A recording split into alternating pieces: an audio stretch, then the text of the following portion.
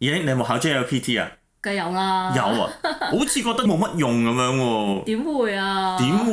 嗱，我哋而家嚟咗日本廿幾年啦，好似冇乜點用到 JLPT 嗰啲嘢，即係日常生活同 JLPT 裏邊好似係脫咗節咁樣。你太流利啊！應該咁講，你而家係老司機啊。係。但係我覺得 JLPT 可能對於我啦，我雖然都考咗好幾年啦，但係我覺得都好重要喎。即係你點解會考 JLPT 啊？因為其實嗰時我係嚟日本留學㗎嘛，都叫做用咗自己嘅積蓄嚟留學。咁我都好想，譬如留學都有個成果。咁 JLPT 就係一個好容易去表達你嘅成果嘅一個準則標準咁樣咯。咁你嚟日本留學咁樣，譬如讀1年又好啊，年半2年都好啊，咁都有張畢業證書㗎。嗰張夠唔夠咩？唔夠咯。點解啊？咁你上堂你有出席就有畢業證書㗎啦。係咯，咁咪 OK 咯。但係你考 JLPT 係話俾人聽，我有呢一個程度日文啊嘛。咁考完之後，跟住係咪拎咗張 JLPT 合格之後就覺得哇好自豪啊！我考都合格啦咁樣。咁因為你譬如而家我喺日本做嘢啊嘛，咁其實好多時候你去見工嘅時候都需要去提交你而家 JLPT N 幾。咁通常日本嘅話都希望係 N2或以上。哇！咁高㗎？係啊。我聽住喺香港嗰啲，佢有陣時話要入嗰啲日資公司咁樣，跟住就話咩 N3啊 N 幾多咁樣。如果日本嘅話，基本上至少要 N2。至少要 N2啊！我之前返嗰間公司，我 N2 入去，我全世界嘅其他嘅外國人同事全部 N1。我自己好差。好驚喎！係啊。咁你即係你問佢啊？每一個人都問你 N 幾啊？唔係 Private Jet 嗰份工咪就係。Private Jet 嗰份工全部都係 N1 㗎。即係佢無端端問你話你嘅 N 幾？我 N1 啊！咁大家會傾偈啊，咁傾下講下，咁大家都係學日文學日文過嚟㗎嘛，咁都會講起咯。咁我 N2 㗎咋咁樣咯，跟住我是 N1 咁樣。你 N2 哦。你嚟咗譬如學日文，到你學完之後，跟住就直接揾工㗎啦，係嘛？我嗰時係考咗係咯，冇錯係考咗 N2 之後就攞住嗰個成績去揾工嘅。我哋一考就考到 N2 啊！一考就考 N2 啊！我哋用咗幾多時間啊？8個月左右。8個月左右，即係你嚟日本留學嗰陣時就係嗰年嘅4月。係。跟住就喺嗰一年之內。係啦。哇！好勁我都。多謝。好勁啊！我喺你嘅口中得到好勁呢一個 comment。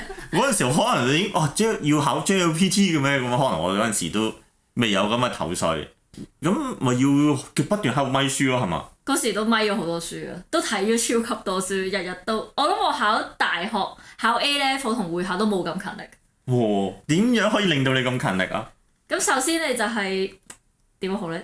大學年少無知啲啦，咁就唔會諗咁多要努力讀書嘅嘢。但係因為嗰時嚟日本留學嘅時候，我已經係接近30啦，即係有少少係因為我好想學好日文呢件事，我先會花錢花時間過嚟日本留學。係你講話你自己出錢揞錢嚟學嘅，咁呢個我明啦，同返學係唔同嘅。所以個程度就係唔得，我既然用咗1年時間嚟咗日本，我一定要有啲成績。咁嗰時我就會以 JLPT 呢一個作為目標咯。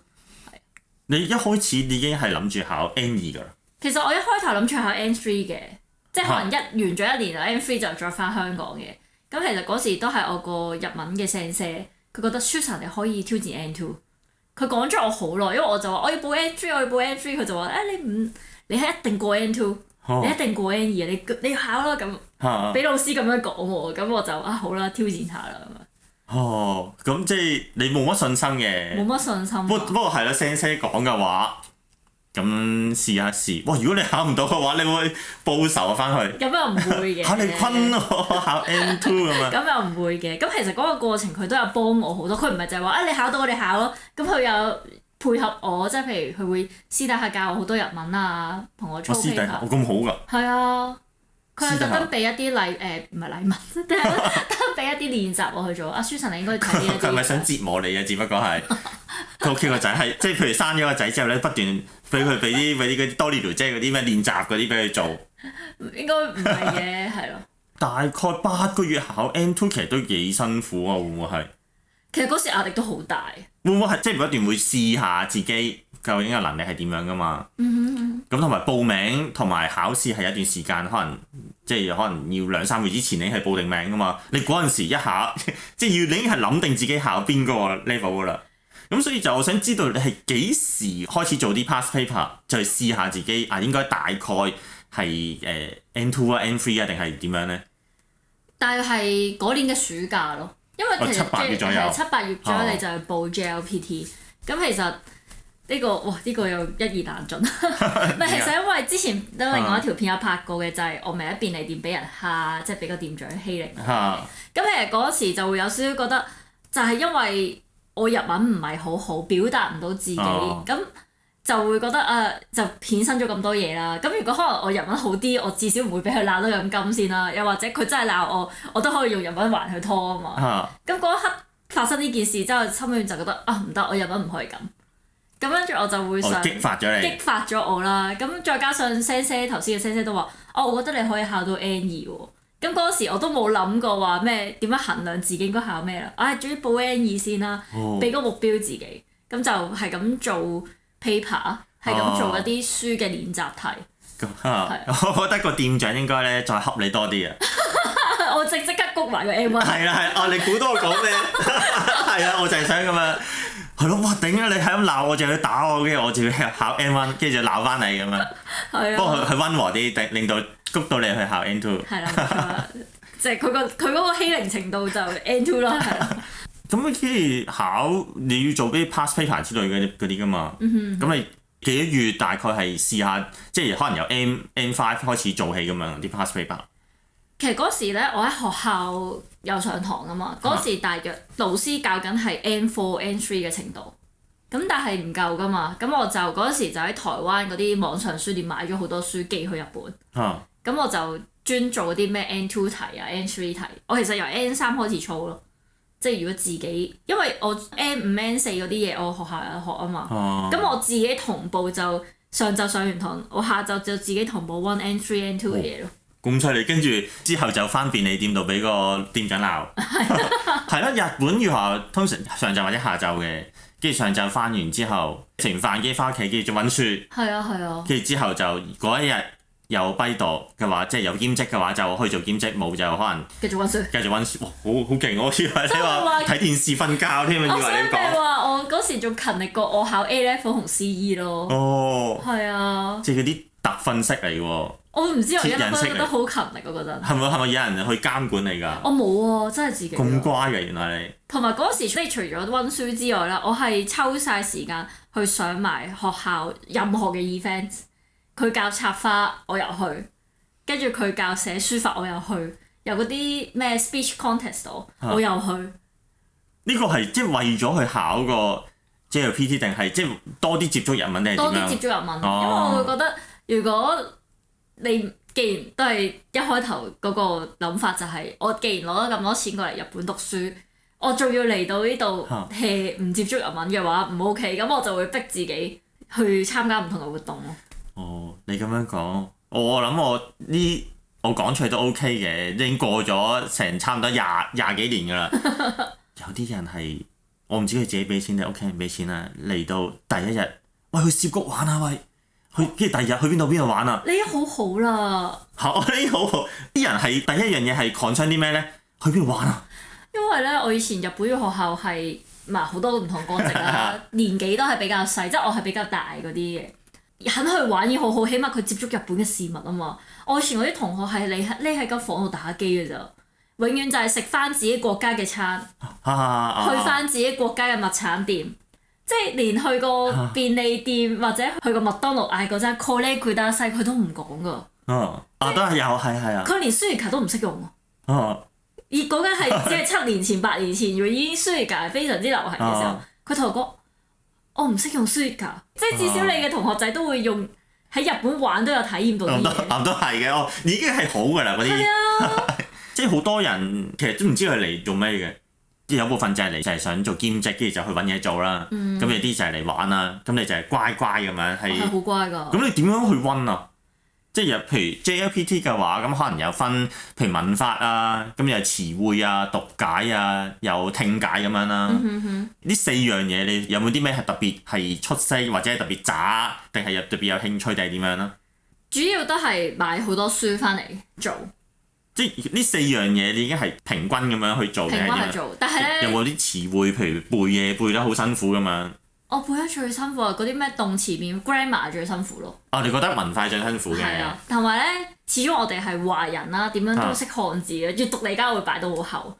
因為爛到得估，喂睇到個漢字都估到6、7成，即係我會俾嗰啲譬如鬼佬啊外國人嚟講，咁起碼都撞到個字，所以我會將閱讀理解嗰個時間，即係嗰個比重放低啲。所以我之前都成日同佢講，我睇日文好慢，其實某程度都係嗰時種落嚟嘅禍根嚟嘅。因為我就諗住，識漢字點樣都睇得明㗎啦咁樣，所以就成日都好避開睇日文嘅書，好長文，跟住就花好多時間去背文法。你講開漢字嗰啲西洋人咧，我見到好慘啊！係啊，跟住佢就喺度鬧咯，點解係咁樣啊？咁樣冇得解。冇得解咁係咁樣寫就係咁樣寫㗎啦。點解東字係中間有個田咁樣？你冇解釋唔到俾你聽。嗰東南西北即係冇得講喎呢啲。咁佢哋喺度要鬧一大輪啦。總之係咁，不如你用呢鬧嘅時間你背咗佢啦，不如。咁你就係即係買好多參考書，跟住就不斷喺度做。係啊，我係一個好填鴨式嘅香港學生，同埋嗰陣時我就係會聽好多日文咯。例如咧點聽啲咩啊？電視咯。係。就係我係會不停開電視聽嗰啲人咯，一起身就即刻開電視。係。跟住就有得屋企成間屋都係有電視嘅聲。咁你係怕悶定係真係聽緊嘅？即係我會希望自己成個環境充滿日文咯。呢個都係。尤其是咧，譬如你朝頭早翻學之前一定係新聞嚟㗎嘛。你 part time 完咗翻嚟又係新聞，即係中間如果有時間咪睇下綜藝節目咯。咁但係早上有新聞，夜晚有新聞，你聽聽下就會突然間 feel 到好似聽得明啲嘢，同埋我都會。我慢慢聽得明，好似好圓咁樣嘅。我好記得咧，我係突然間有一日啦，去到車站啦，我突然間聽得明嗰啲 announcement 咧，我好開心，係叮一聲，咦，唔可以企喺黃線咩出邊嗰啲啊？架車準備嚟緊啊！有咩問題而家要停駛啊，或者延遲？跟住我突然間聽得明，我覺得好勁啊！咁樣咯。突然間某一日聽得明，我咁勁嘅。係啊，我唔知點解我都。即係好奇怪，有陣時即係日積月累咧，無端端就會突然之間聽得明。我哋都係主要係咪書為主，跟住就睇電視。不過係咧，電視係我覺得係幾好一個學習方法，因為有講嘢之外，同埋個畫面係配合講緊嗰樣嘢噶嘛，又可以學下名詞咁樣背名詞。有啲人覺得好辛苦嘅，我就非常之 enjoy，我係變態嗰啲嚟嘅。即係譬如嗰啲有好多人會覺得，譬如啲蔬菜啊、水果、肉啊嗰啲，我會覺得點解我要背啫？我做嘢，譬如我做貿易公司，我都唔需要理西蘭花嘅日文係乜嘢。broccoli 係啦，譬如佢哋會咁樣諗啊，但係我好 enjoy broccoli， 咁我就要記住啦 broccoli。因為平時咧同 Kevin 出去做嘢嘅時候咧，佢讀嗰啲字係勁快，我成日話呢個點讀啊？可能係只係嗰陣時係我係依賴咗佢咪讀俾我聽。係譬如叫日本嘅 menu 去食嘢，餐廳食嘢咧，有陣時好長咁樣噶嘛。有啲人就會覺得你指跟住又 collect 咁樣就 OK 啊。我見到你係啊。因為佢成日都話喂，你拍片你要讀翻個名出嚟。呢個都係係咯，跟住你叫完 collect 之後，跟住個店員咧係 OK 咗噶啦，跟住佢知道咁撳緊機噶啦，跟住我就會講broccoli 乜乜乜cream sauce。因為我就懶喺呢啲位咯。係，跟住 mentaiko 乜乜咁，我全部讀一次出嚟嘅，我會。好好啊，你好好，你係好正，我係唔啱嘅。呢個其實係我會覺得都幾有用嘅，配合呢個背字啊。即係而家講緊背字，如果係真係好生硬咁樣一本書不斷喺度背嘅話，會好辛苦。我會覺得配合日常生活咁，譬如係喺日本生活嘅話，咁譬如去西姐利啊，咁成日都去啦，西姐，跟住又話呢個ワカドリのグリル，咁就係嗰個雞扒，呢一個係好多人都中意食㗎啦，好多人都話ワカドリ乜乜咁樣，或者係呢個咁樣就嗌到就咁點啦，跟住我次次都係咁樣ワカドリのグリル，咁樣就讀一次。咁呢個就知道原來係嫩雞啦，或者滑雞咧，中文譯就咁樣就係ワカドリ藥，即係一個藥字一個雞字咁樣。グリル即係燒烤咁樣啦 ，grill， 咁我就可以明白。跟住就一係就不斷喺度喺日常生活裏邊自己見到嘅嘢讀一次。譬如我呢個有呢個係咩？缶 coffee 罐裝嘅咖啡，呢個係咩罐裝咖啡咧？跟住喺度睇啦，係幾多 ml？185g。譬如香料無添加咁樣係點讀？跟住我就啊叫 Korea Utenka Kohi， 跟住不如喺度讀，跟住搞下，跟住就會其實你已經係入咗腦，即係唔需要好辛苦咁樣每一睇點樣要點樣背啦。我會用呢種方法咯。哦，係因為就係話同你去拍片嘅時候，其實 Kevin 係瘋狂讀啲日文字，因為我有時去一個新嘅地方，地名好多時唔識讀噶嘛，咁我就會用翻可能廣東話讀翻嗰個音出嚟，譬如不斷喺度問你，我哋而家喺邊度？譬如可能去名古屋咁，我唔識讀名古屋日文，我就我哋喺名古屋，佢一定會查翻嗰個字點樣讀嘅。係。因為有時我哋去一啲地方係，記得我哋之前去過沖繩咩東村啊。係。咁我哋就喺度講緊啊，東村係咪讀 Higashimura？跟住原來好似唔係讀 Higashimura 啊嘛，係讀 Higashison。係咯，son即係嗰個咩訓讀。音讀。係啦。Mura 就係訓讀啊嘛。係。跟住佢就會係呢啲位好有要求，其實都係一個好好嘅學習方法，我就懶咯。係㗎，譬如你而家講開名古屋日文係咩？Nagoya。真係。Nagoya。係啦，跟住我就嗱呢一樣嘢就係同學日文係比較即係有拉楞啦。呢個超越咗 JLPT 嘅範圍之外㗎啦，因為 JLPT 係譬如有個字，譬如名古屋咁樣，跟住可能要寫Nagoya咁樣，可能有啲咁嘅題啦。因為名古屋都係一個比較重要嘅地方名，咁可能出題裏邊都可能有關係啦。咁但係點樣讀呢樣嘢咧，就超出咗 JLPT 啦。咁我就非常之追求呢樣嘢嘅。我記得你話我Daiso同 Daiso。係啦，譬如你話而家名古屋啊嘛，其實係Nagoya。Nagoya 咁樣噶嘛。係啦，跟住你話你個100 yen 店係咩啊？係啊。你讀啊 Daiso 啊嘛，但係你搞到我有啲亂咗。係，好多人都讀 Daiso， 但我真係打冷震啊 Daiso。好驚啊！所以有時咧喺 Kevin 面前講日文咧，我會有啲小緊張。不斷喺度執，因為以前係除咗學 JLPT 之外啦，咁我基本上就唔會將 JLPT 擺第一嘅。咁但係都會學日文嘅過程裏邊咧，都會同 JLPT 有關嘅。咁呢個都係佢有好多教材啦咁樣。咁但係我當時係除咗係講開你頭先講話，即係匿埋屋企。即係咪書嗰啲，其實我都會嘅。人哋就係去涉谷玩，去新宿玩，跟住去唔知唱 K 咁樣，呢個我都唔理㗎。你去啦，拜拜。跟住咧，我即係喺度咪書㗎已經。因為讀解又好啊，背生字又好啊。跟住同時間，我當時已經係有個日本人喺我隔離嘅話咧，咁我就加埋要講啊呢樣嘢，因為 JLPT 有一樣嘢就係冇 oral 呢樣嘢，就係一個缺陷嚟嘅。佢係可以作為一個指標，等人哋知道自己讀日文去到某邊個程度咧。譬如讀解咁都係好重要啦。你睇唔明嘅話，一個唔係 mother language 嘅，唔係 native 嚟講，睇得明係好重要噶嘛。睇得明先聽得明噶嘛。有陣時個次序係，如果 native 嘅話，你細個嗰陣時 BB 仔你唔會識寫字，你先會知道講咩噶嘛。冇錯。都重要嘅讀解或者係背生字咁樣。我當時仲要有一個人喺度，跟住我講嘢嗰陣時，我講錯嘅話會好大鑊嘅，因為第一樣嘢就可能佢已經聽唔明啦，或者聽到好哽耳。我跟住講麥當勞，你去咗食乜嘢？咁你會覺得好奇怪啊！如果我用廣東話同佢講麥當勞，你叫咗咩餐？同麥當勞你叫咗乜餐？我都窒咗一下，你講乜嘢？嗱係啦，日文就係咁樣啦。冇錯。麥佢當單度讀，嗱呢 set 你試乜㗎？咩譬如咁樣啦，譬如同人哋講咁樣，你想食咩餐咁樣？乜佢當單度？嗱呢 set 多試乜試㗎？咁樣好震啊！麥當勞你想食咩餐咁樣？好奇怪。咁呢個就會加咗一樣嘢，就係我要真係同人溝通啦。咁我就要不斷好留意一樣嘢。咁呢一樣嘢係即係除咗同考試有關之外，同日常生活都有關。同考試有咩關咧？就係聽解。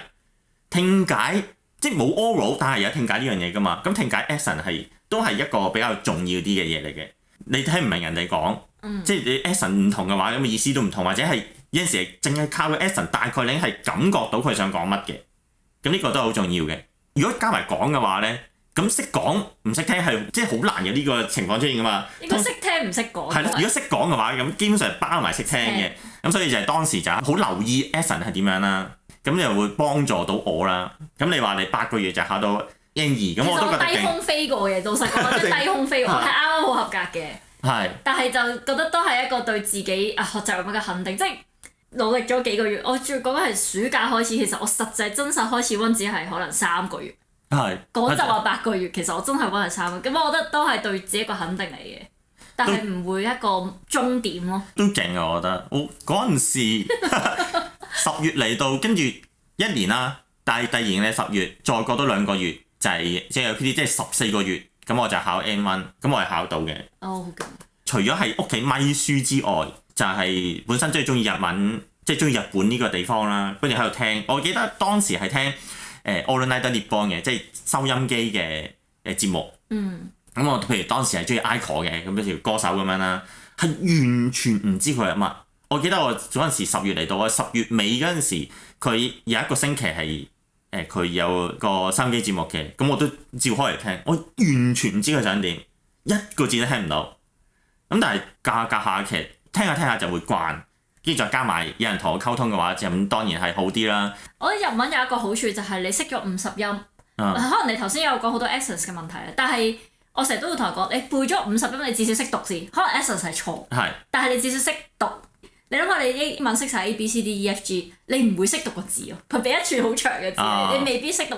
即係日文係有呢一個好處咯。咁至少要識讀，跟住就再慢慢點樣去 turn 翻個 accent 咯。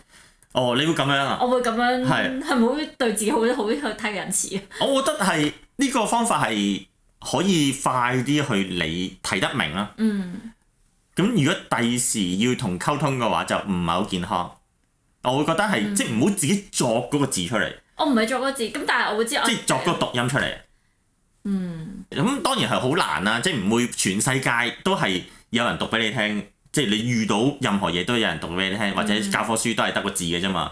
我會比較建議就係聽人哋點樣讀，跟住自己讀一次出嚟。我以前翻工嘅時候咧，我係問準咗個前輩啦，我係錄低佢講電話啦，跟住翻屋企聽啦，好變態啊！係好變態。因為我一開頭都呢個我覺得係幾好嘅。因為一開頭就同我講你呢份工就係 perfect job 咯，你之後就會要呢個電話對應，你要聽電話，你要接電話。我連我 say 話呢嗱呢 must 嗰啲，我開頭都唔知發生咩事。係啊，跟住就呢個係啊。咁譬如你咁樣講啦，咁可能呢個就係你模仿日本人講嘢嘅。我 say 話呢嗱呢 must，咁呢個好順啊，我覺得冇問題。你唔會話我 say 話呢嗱呢 must。仲要學佢哋。係，我寫話呢啲乜事？係啦，呢個我覺得係非常之好啊！係啊，少噏埋。係啊，呢個細乜？係啊，即係我寫話呢啲乜事，可能係會書到好多教敬語嘅書會教你，但係嗰種係我寫話呢啲乜事，即刻停空心。係呢個係真係要模仿咯。係呢個係咯，就係呢樣嘢再發大去日常生活咧，就係。係啦。就會覺得除咗係我追求嘅 action 之外。其實係對聽解係好有用，冇錯。同埋你講得到個字，你冇理由聽唔明。即係識講咧，我覺得係最高 level 噶啦。跟住再褪翻落嚟，模仿係一個幾好啊。係啊，我都覺得模仿，即係 shad 有時咪係叫 shadowing。係 shadowing。係啊，呢啲我都覺得係好重要。咁你覺得 JLPT 學字定係叫乜咧？即係好似有啲竅門咁樣咧，或者有啲捷徑咁樣，其實最主要都係不斷 repeat， 不斷去睇書，不斷去讀。之外，再揾下適合自己嘅方法，譬如開電視嚟係 sharing 啊，或者係睇書，你哋自己買書噶嘛。咁你覺得呢個途徑啱你嘅，咁你就買書，係你已經達到個目的。咁呢樣嘢係個成功嘅一個例子啊。我只會覺得 JLPT 係個手段，入場券。咁之後你都要繼續再學，即係 even 到今日，可能頭先我已經講出咗 Nagoya 呢個字 Nagoya 或者係啦。咁呢啲要繼續再去 train 咯。所以我覺得自己都幸運嘅，身邊都有好多日本人可以傾偈。有時會糾正我啦。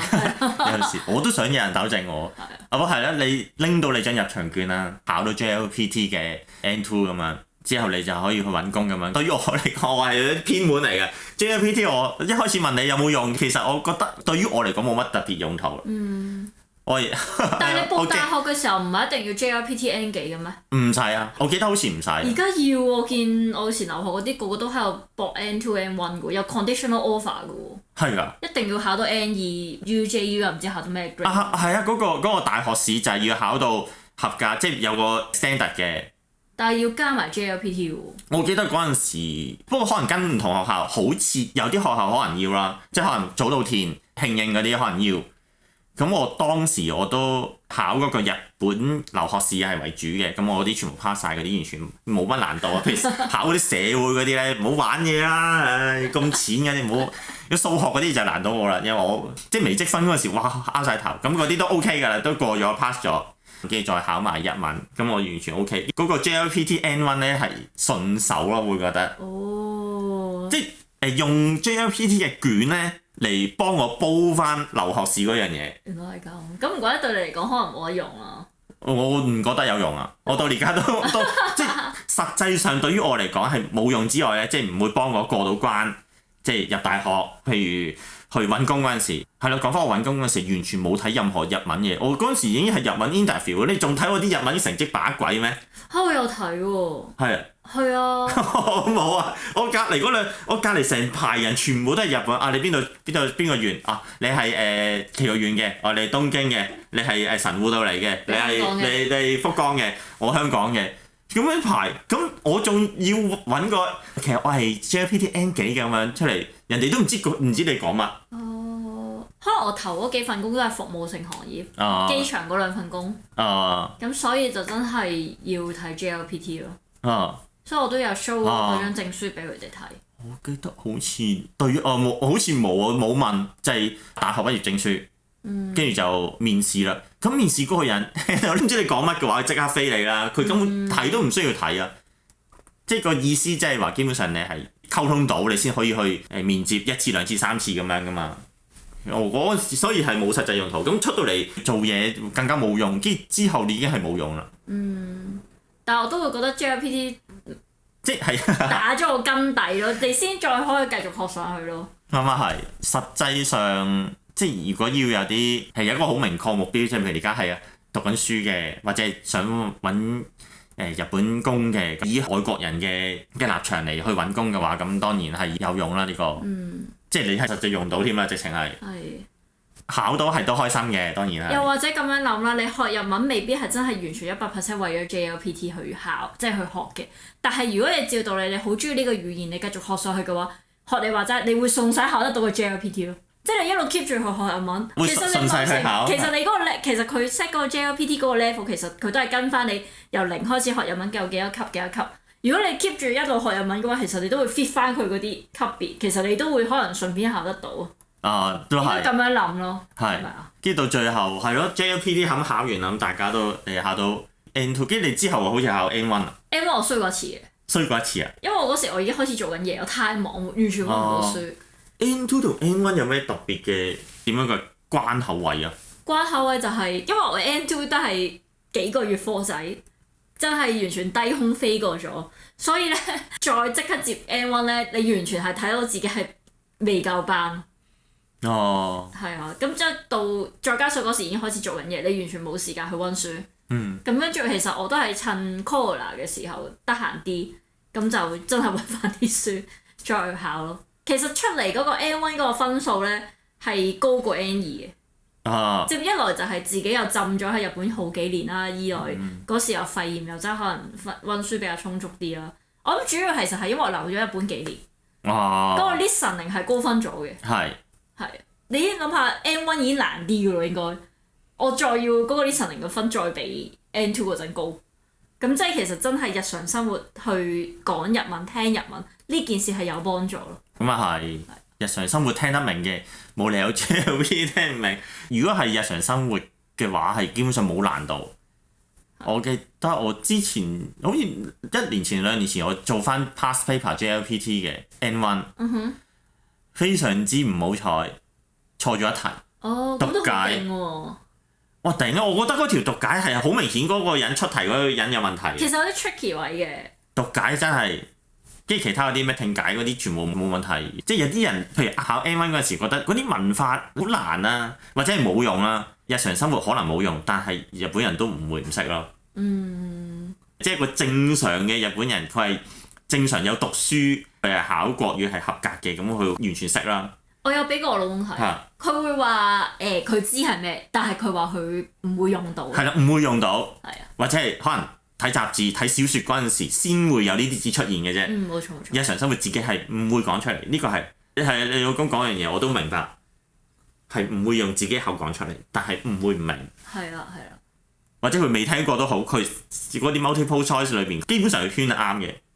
佢有時會兩個答案裏邊咁樣咯。啊，都係，即係基本上係，即係唔好俾藉口自己話，其實呢啲係冇用㗎啦，啲日本人都唔用，可能唔用，但係你要明佢講乜。有冇啲咩嘢可以同啲而家温緊 JLPT 人講咧？喺你面前大師兄面前講有啲尷尬喎。最老土咯，就係你一定要對呢個語言有興趣咯。呢個好重要，係。雖然我覺得我自己嗰個表演，即係可能我身邊有好多朋友，譬如台灣嘅朋友就係因為追星而中意日本而學日文，所以哇啲歌詞背到熟晒。我覺得我係對比佢哋嘅表現，我好似冇咁中意日本，但係其實我內心嘅深深處係好中意日本嘢，只係我冇好似佢哋咁樣要花錢去睇表演，要花錢去買 CD 買 goods 或者睇演唱會，我冇嘅。咁所以我覺得係熱情係好重要，只係我比較內斂啲咯。係啊，即係我而家直到而家，基本上我係 search 嘢全部用晒日文 search 嘅。咁我雖然我有時 setting 我都用晒日文，其實我可以唔需要做呢樣嘢。點解我要將個電腦 setting 變做日文咧？其實我都係中意呢樣嘢嘅，係咯。咁所以我先會將佢融入咗我嘅生活度。咁只係可能我仲係有進步嘅空間。咁所以我覺得真係要有興趣咯，都要一樣嘢有熱情咯。又或者喺日文呢一裏面，你有咁多唔同嘅範疇，你揾一個你有興趣嘅範疇，旅行最簡單㗎啦。係啊。咁你咪用日文去睇日文 vlog 咯，睇日文嘅 YouTube 咯，同冇壓力添呢啲。旅行仲有好多地方名。我成日都話嘅，識講日文嘅遊客係好爽嘅日本。你講錯咗講少咗，你唔需要咁 care，但係人哋會好開心。咁而呢一個就會做一個，唔係話你係嚇大晒。但係你會做咗一個冇咁有 pressure、冇咁有壓力嘅日語環境咯。係咯，即係揾一樣嘢自己中意嘅係容易入手好多。當去到某一個 level 之後，即係聽得明多咗、睇得明多咗之後，就會舒服好多成件事。係，其實某程度我都覺得我嘅日本生活一開頭好凄涼，哇！便利店俾人蝦，突然間有一個位日文我好似 get 到，係咪有啲轉運咁？我 feel 到我日本嘅生活好順咯。即刻順咗咯，即係開頭好慘啊！又喺公園度喊啊，點解俾人蝦？跟住突然間日文過咗，就嗰刻就好順咯。即係叫做好彩啦，係咯。咁啊係，呢個即係你一路順㗎啦。係啊，因為一開始你有人去調教我啦已經。咁我要點樣去氹人哋開心咁？冇理由麥當勞你要咩餐咁樣，好難氹到人哋開心㗎咁樣係。咁我要不斷喺度鞭策自己。我有個實際用途啦，呢個都係對於我嚟講，咁雖然同 JLPT 係冇乜特別關係嘅，重要過 JLPT，重要過 JLPT 嘅嘢，咁係啊呢個，咁其實都係點樣去花時間，點樣去令到自己唔抗拒嗰件事。係啊，唔抗拒，持續啦，你可以進步得好慢，但係你持續嘅話，同減肥一樣啫嘛，你持續嗰陣嘢。咁希望我將呢一個心換去減肥度。係啊。OK，咁希望大家考 JLPT 嘅人。咁就可以唔需要咁大壓力啊！即係聽到我哋咁樣講下，可以揾一啲自己比較舒服啲嘅方法。冇錯。咁同埋考到嘅又有考到嘅好似我順手考嘅都可以證明到自己係有一個能力嘅，即係當為一個證明嘅指標咯。指標係啦，除咗可以揾工之外，原來我學習咗咁耐係有張證書嘅，咁可以有得滿足啦。咁如果再去日本度真係生活嗰陣時咧，咁就再去另外一個 level，咁當你通過咗 JLPT 之後，咁日本嘅生活基本上都可以慢慢去適應，我覺得完全係唔使咁驚。OK， 多謝你嘅分享。係啊，我喺你面前講我真係好驚。係。咁我陣間要問下你嗰啲地方名講成點樣先？驚啊！而家我哋喺蘭波究竟係 number 定係 number？number。冇錯。咁你翻去慢慢研究下，或者你問下你老公。